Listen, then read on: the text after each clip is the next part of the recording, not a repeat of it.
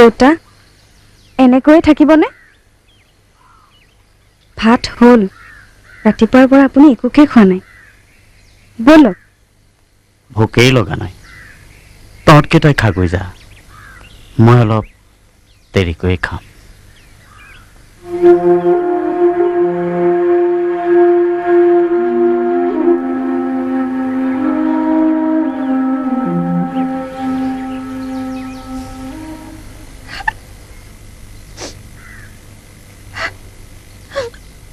মা ব'লা ভাত খাওঁ। মোৰ মূৰটোকে খা। বাপেকটো এই বয়সত থানালৈ যাবলগীয়া হ'ল। মানুহৰ আগত এতিয়া মুখ উলিয়াম কেনেকৈ? পৰিয়ালটোৰে নাক কাটিলে কি? কাক কি উত্তৰ দিম? নামঘৰলৈ গলেও সকলোৱে সেই একেটা কথাকে সুধিব। যা তাক কৈ দেগৈ, আমাৰ এটাই কেইটাকে মাৰি সি অকলে শান্তিত থাকক, বিষ খুৱাই মাৰক, নহলে তাৰে ঘপিয়াই ঘপিয়াই আমাক মাৰি পেলাওক। যেনেকৈ মাৰে তেনেকৈ মাৰক, মুঠতে।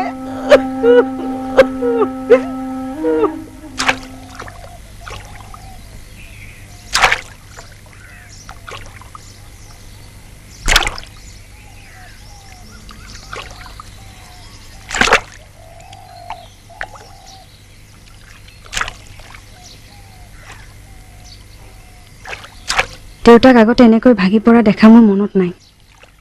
মাকো হয়ো, মানো নামঘৰলৈ কেনেকৈ যাব? চবেই একেটা কথাকে নুসুধিব জানো? মোৰ কাৰণে হৈছে, মোৰ দোষ। মই যি কৰিছো ঠিক কৰিছো। কি কৰিম মই? কি কৰিম?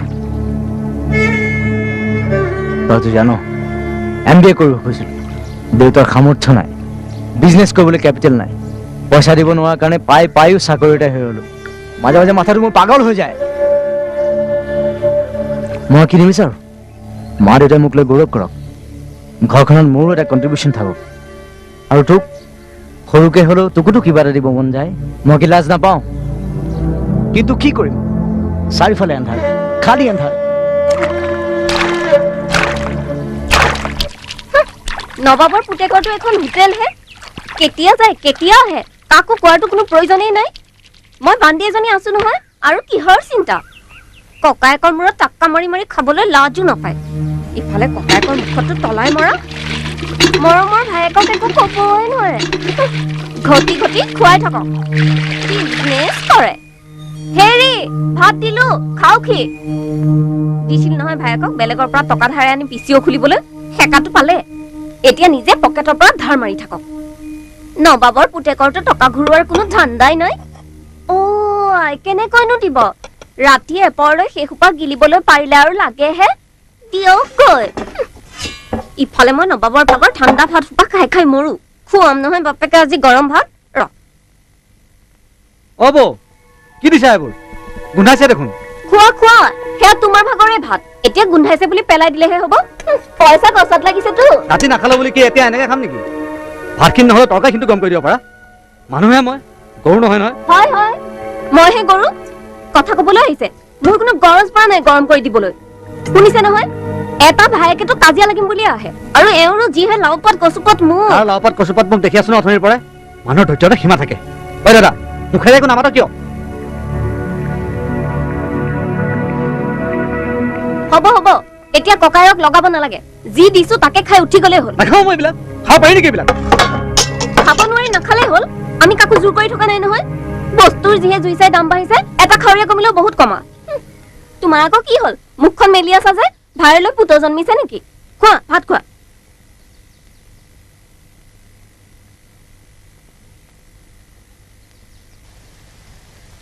আইডিয়া, তই বিয়া পাত, বঢ়িয়া হ'ব। তই তোৰ মাইকী মানুহৰ লগত কাজিয়া কৰিব নোৱাৰ, গতিকে তোৰ বিয়াৰ পিছত তোৰ হৈ তোৰ ঘৈণীৰে বৰৰ লগত কাজিয়া কৰিব। আৰু তই ককাইৰ লগত মনে মনে বহি আৰামছে চাই থাকিবি। হে তই বিয়া পাত কিনো হ'ব? কি ক? হে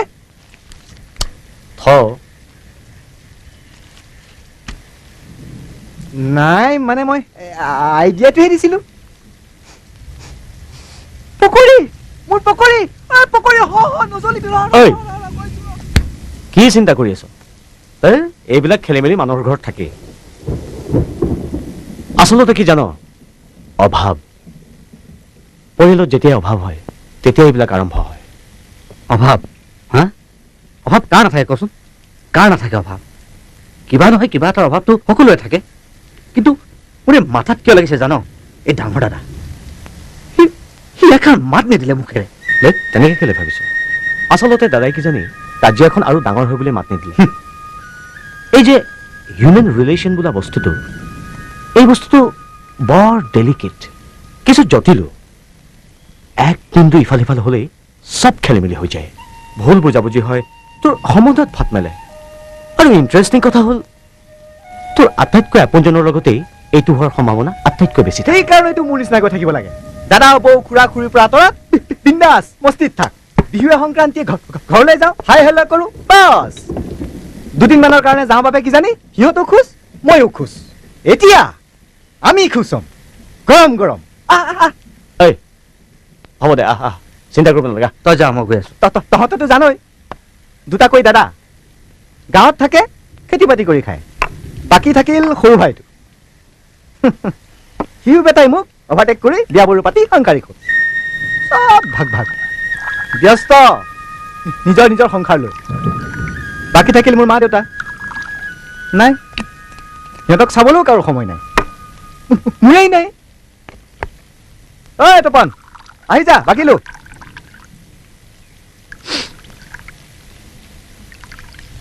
বঢ়িয়া হৈছে।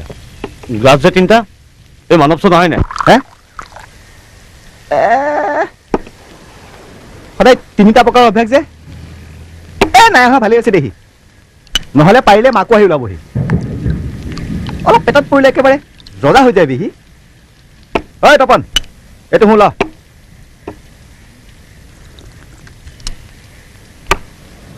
অঁ, তোৰ দেউতাৰ কি খবৰ? অলপ ভাল পাইছেনে? আশা কম। ইয়াৰ ডাক্তৰেতো হাত দাঙিয়ে দিছে, বম্বেলৈ ৰেফাৰ কৰিছে। সেইটো আমাৰ সাধ্যৰ বাহিৰত। কি হ'ব আৰু? তই এতিয়া এনেকে ক'লে কেনেকে হ'ব?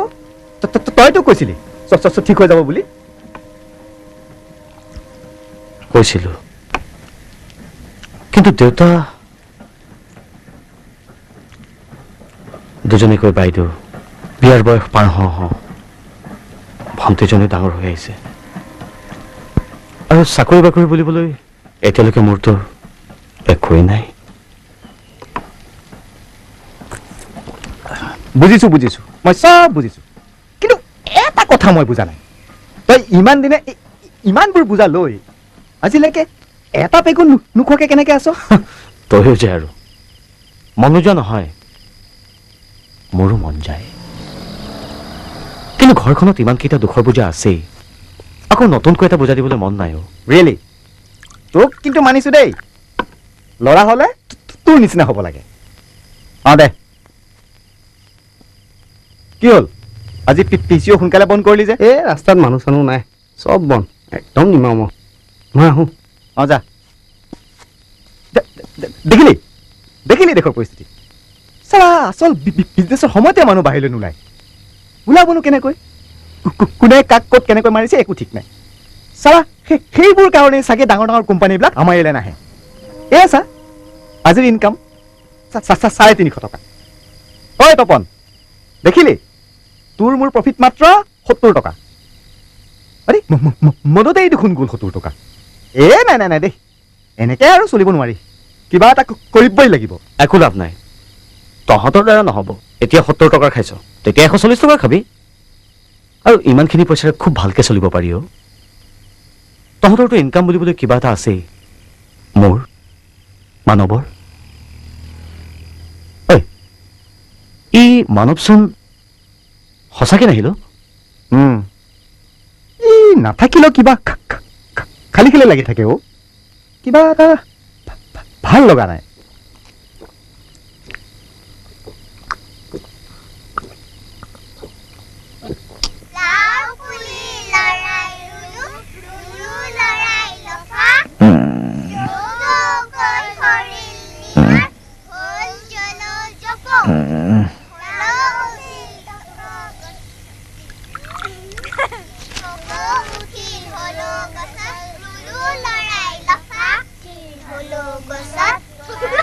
দেউতা চাহ